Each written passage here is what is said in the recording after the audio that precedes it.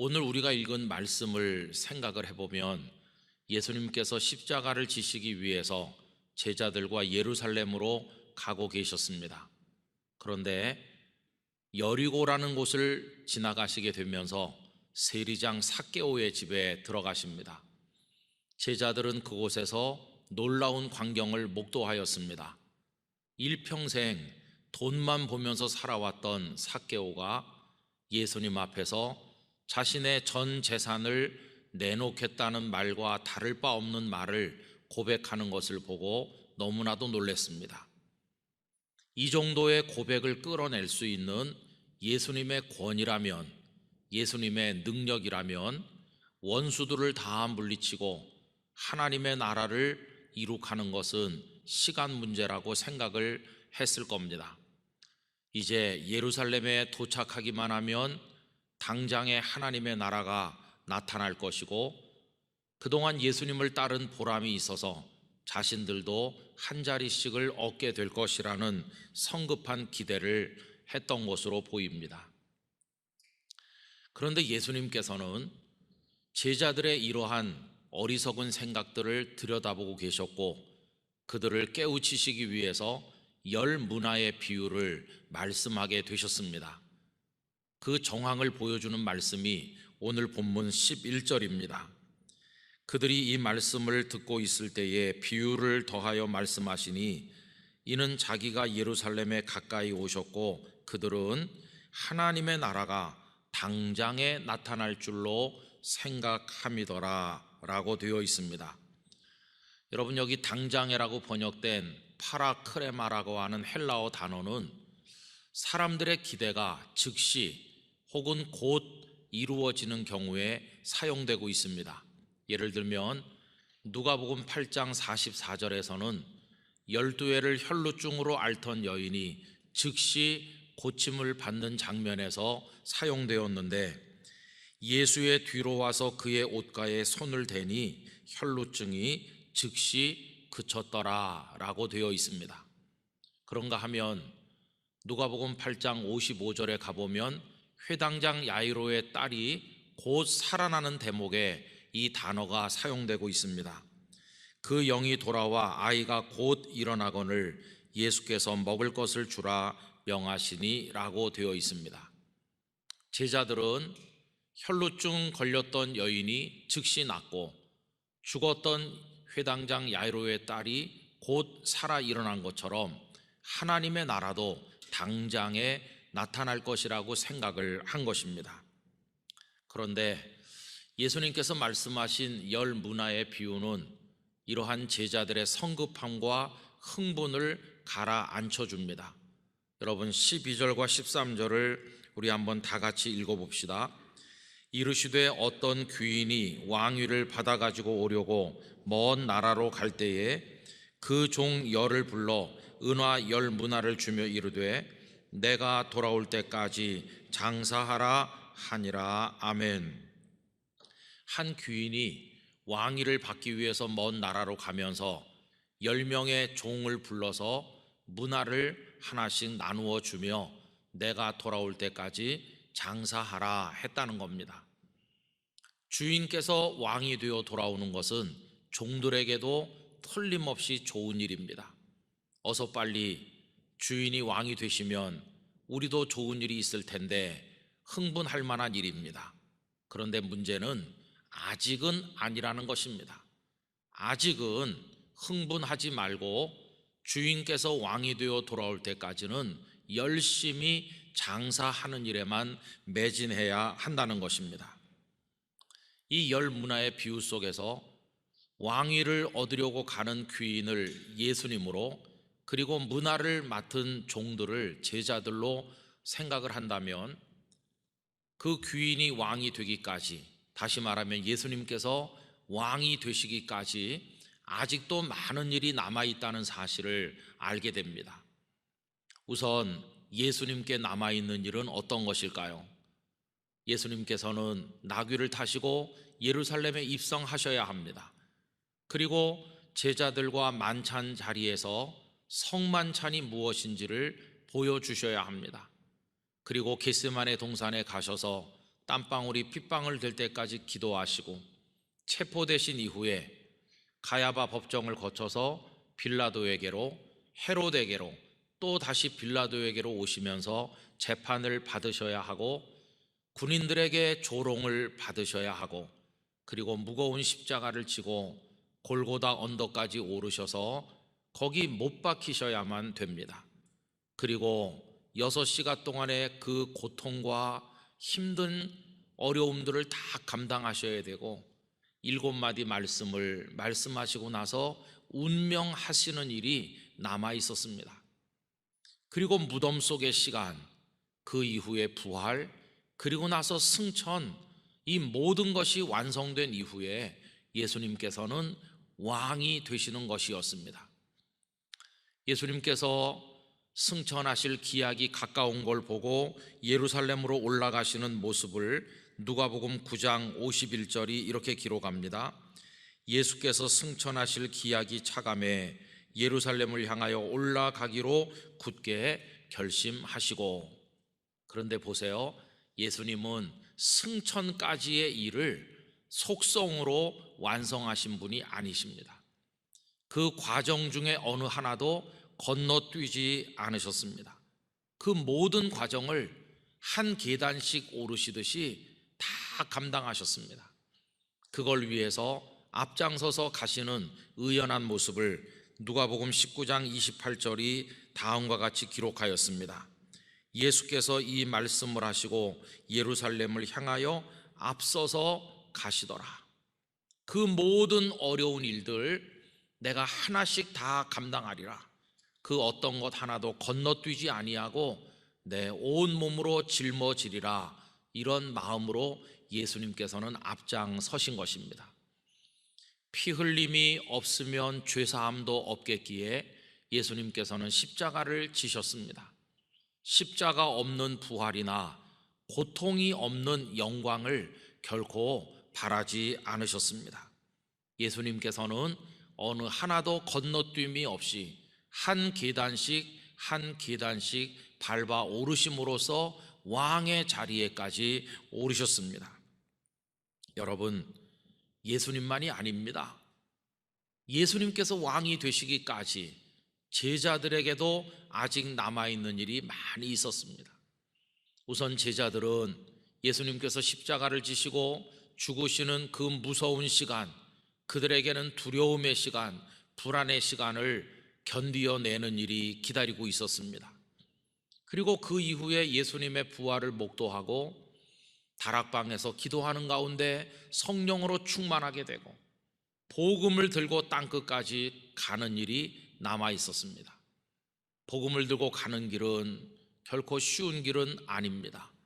환난과 핍박이 기다리는 일이고 몸부림치며 눈물로 밤을 지새워 부르짖어 기도해야 되는 일들이 기다리고 있는 길이었을 뿐만 아니라 그들은 그 모든 것을 하나님께 맡기며 때가 되기를 바라는 마음으로 인내하지 않으면 안 되는 주님과 함께 걸어가야 될 많은 날들이 아직도 제자들에게 남아 있었다는 겁니다.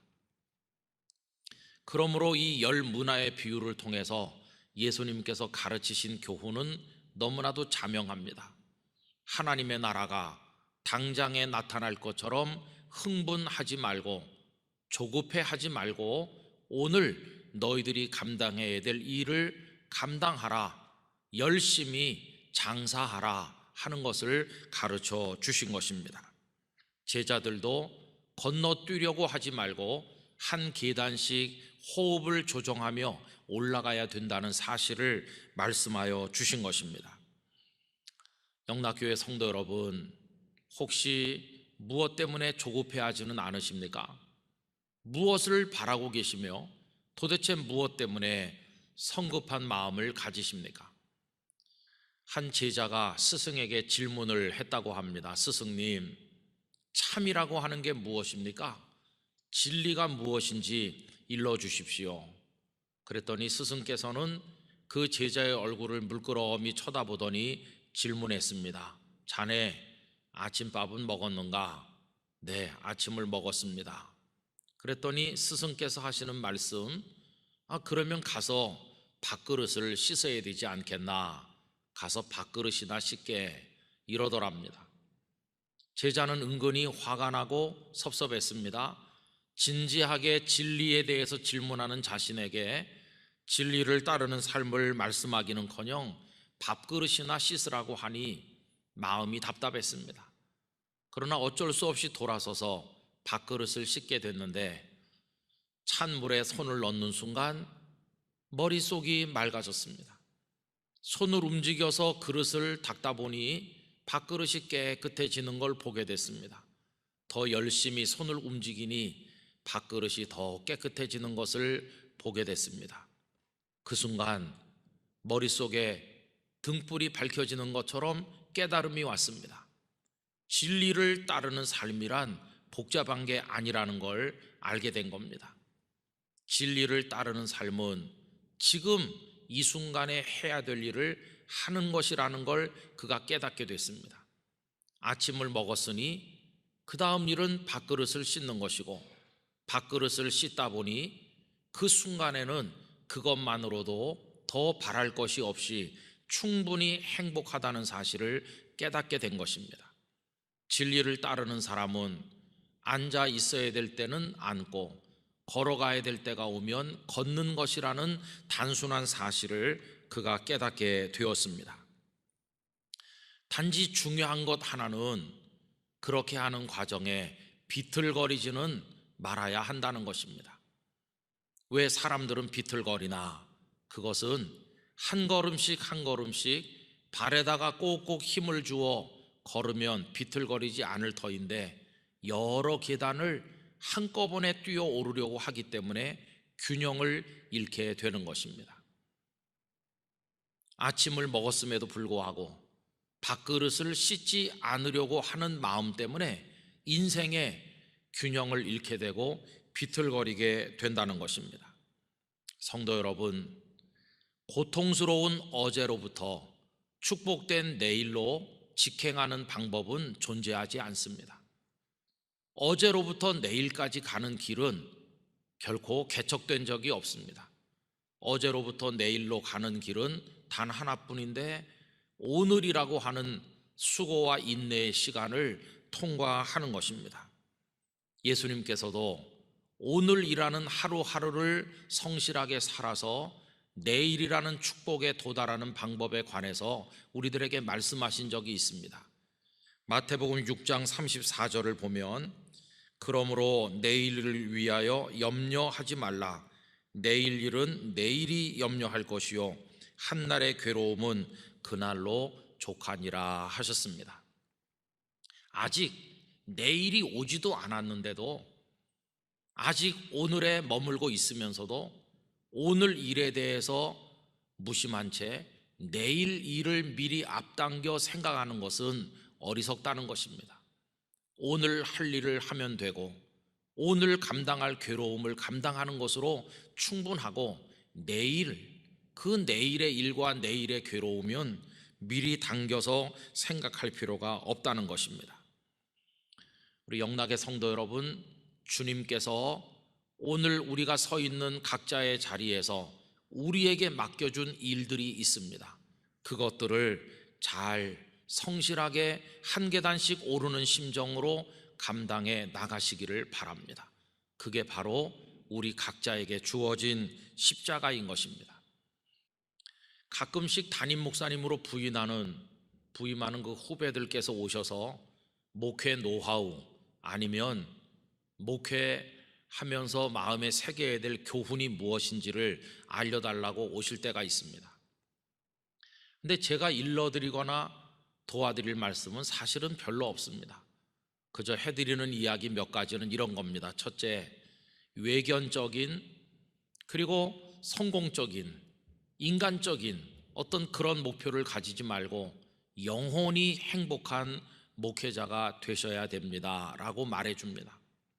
두 번째는 그것을 위해서 큰 뜻을 가지기보다는 오늘 해야 될 일을 성실하게 하는 목회자가 돼야 된다고 일러드립니다. 오늘 해야 될 일, 매일매일 하나님의 말씀을 공부하고 설교를 수백 번, 수천 번 준비하노라면 세월이 흐를 것이고 10년, 20년 흘러가는 동안에 부족하기 한이 없지만 예수님의 마음을 조금이라도 담는 설교를 할 수 있는 사람이 될 것입니다. 그리고 성도들을 그날 만나야 될 분을 진지하게 만나는 겁니다. 그렇게 만나다 보면 세월이 흐를 것이고 나중에는 성도를 사랑하는 게 뭔지, 그분들을 위해 진심으로 축복하며 기도하는 게 뭔지를 조금씩 배워가게 될 겁니다. 그렇게 되노라면 10년, 20년 세월이 흐르는 동안 예수님을 담는 영성이 목회자의 마음에 조금씩 생길 것이고 받는 사람밖에는 알 수 없는 아주 비밀스러운 행복을 맛보게 될 것입니다. 그리고 제가 일러드리는 마지막 이야기는 그 모든 과정에 철저히 성령님의 도우심을 구하며 엎드려 기도하는 목회자가 되시라 하는 것입니다. 성도 여러분, 십자가가 무엇일까요? 십자가는 믿음입니다. 당장 하루아침에 노다지를 캐듯이 뭐가 이루어지는 게 없어서 가슴이 답답하다 할지라도 한 계단씩 오르노라면 반드시 부활의 영광이 있을 것을 생각하는 것이 십자가이기에 십자가는 곧 믿음인 것입니다. 우리가 오늘 답답하더라도 십자가를 질 수 있는 근거가 무엇입니까? 그것은 하나님께서는 일하고 계시다는 사실입니다. 예수님께서 십자가를 지고 죽으신 것은 절망으로 보였지만 하나님께서는 이미 예수님께서 생명으로 부활하시도록 다 준비해 놓으신 게 아니었습니까? 여러분, 또 십자가가 무엇이냐 묻는다면 십자가는 정직이라고 말할 수 있습니다. 쉽게 살기, 건너뛰면서 살기, 벼락 성공하기, 이를 위해서 편법과 불법을 자행하기, 그런 건 십자가가 아닌 것입니다. 그런데 유감스럽게도 그동안 한국교회는 한 계단씩 밟아 올라가는 사람은 답답하고 어리석은 사람이고 여러 계단을 건너뛰는 것이 축복이고 깜짝 놀랄 만큼 건너뛰면 그건 기적이라고 가르쳐 오지를 않았습니까? 그러다 보니까 한 계단씩 호흡을 조절하며 땀을 흘리며 올라가는 성실한 삶에 대해서 우리는 너무나 소홀하게 된 게 아닌가 반성을 해보는 것입니다.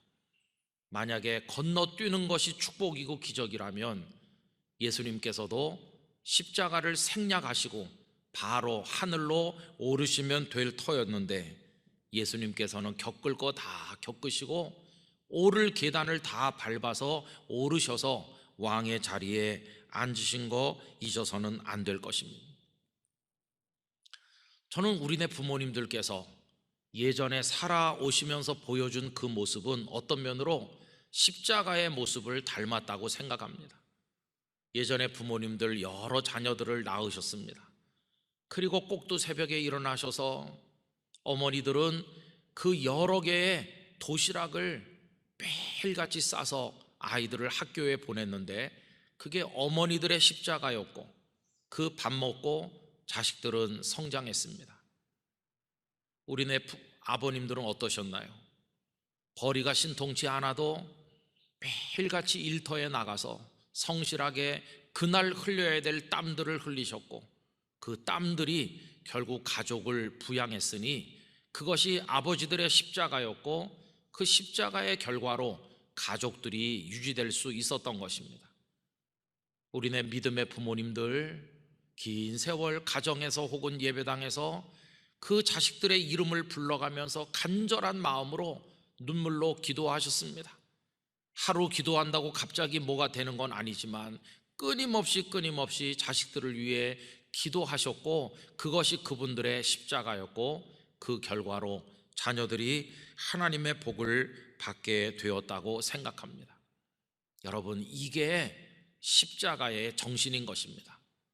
그렇기 때문에 바울 사도를 통해서 하신 말씀 가운데 이 십자가의 도를 모르는 사람, 이 십자가의 정신을 모르는 사람은 절대로 교회에서 중요한 직분을 맡으면 안 된다고 가르치십니다. 디모데전서 3장 6절에 보면 새로 입교한 자도 말지니 교만하여져서 마귀를 정죄하는 그 정죄에 빠질까 함이요라고 말씀하고 있습니다. 교회에서 장로님, 안수집사님, 권사님 이런 직분을 세울 때 교회 나온 지 얼마 안 되는 사람이 갑자기 장로님이 되거나 하면 그 사람은 교만해진다는 것입니다. 중간에 밟아 올라야 될 계단을 다 생략하고 갑자기 뛰어오르는 건 십자가가 아니고, 십자가의 정신을 모르면 교만해지고 그것은 마귀의 생각과 같은 것이므로 절대로 그런 이들은 교회에서 일꾼이 되어서는 안 된다고 가르치고 있는 것입니다.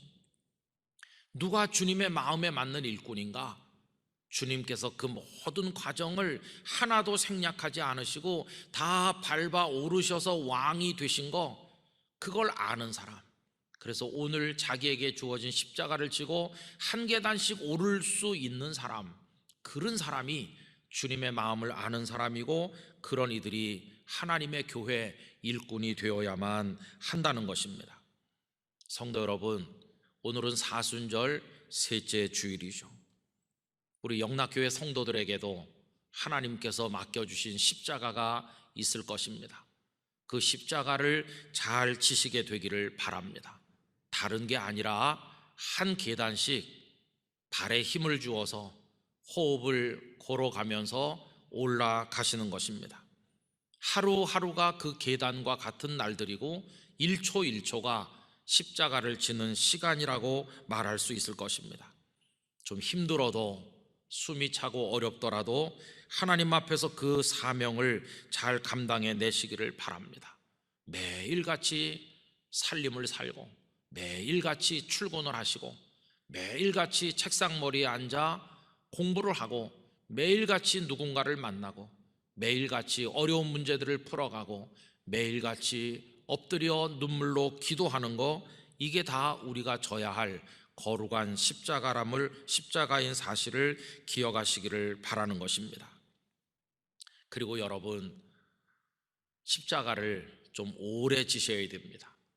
왜냐하면 오늘 본문 12절에 보니까 그 귀인이 먼 나라에 갔다고 했기 때문입니다. 옆집에 간 게 아닙니다. 먼 나라에 갔기 때문에 가는 시간 오는 시간 상당히 오래 걸릴 것입니다. 그래서 종들은 열문화로 장사하는 시간이 좀 길게 남아있는 게 아니겠습니까? 마찬가지로 우리도 십자가를 좀 오래 견디며 지어야 될 것입니다. 그래서 우리에게 필요한 것은 인내하는 마음입니다. 많은 이들이 그 십자가 내가 지겠습니다, 이렇게 어깨를 들이밀어 보지만 몇 걸음 가지도 않은 채 아직도 골고다 언덕에 도착하려면 많이 남았는데도 더 이상 지지 못하겠다고 하면서 십자가를 내던지는 경우를 볼 때가 있습니다.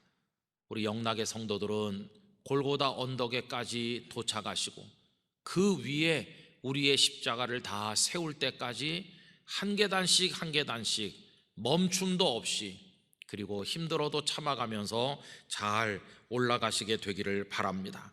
그게 바로 십자가를 지는 자세인 것입니다. 코로나19 바이러스의 시대, 우리 모두가 힘들어하면서 살고 있는데 저는 이것도 우리가 올라가야 될 계단들 중에 하나일 것이라고 생각합니다. 그게 좀 가파라서 다리가 아프거나 숨이 다른 때보다 좀 많이 차긴 하지만 그 계단들도 끝날 때가 있을 줄로 믿습니다. 하나님께서 우리를 위해 은혜의 시간을 준비하고 계신 줄로 믿습니다. 그때까지 119 대작전에 따라서 매일같이 기도하시고 하나님의 말씀을 가슴에 품으시고 여러분들이 결심하신 걸 이루어내기 위해서 영적 전쟁을 더 치열하게 살아가시게 되기를 바라는 것입니다. 하나님께서 반드시 우리에게 승리를 주실 줄로 믿습니다. 몇 달, 몇 년 성도님들을 뵙지 못한 게 아니고 오늘까지 이제 3주째인데 성도님들을 본 지가 굉장히 오래된 것 같이 느껴집니다. 다 보고 싶은 마음이 간절합니다.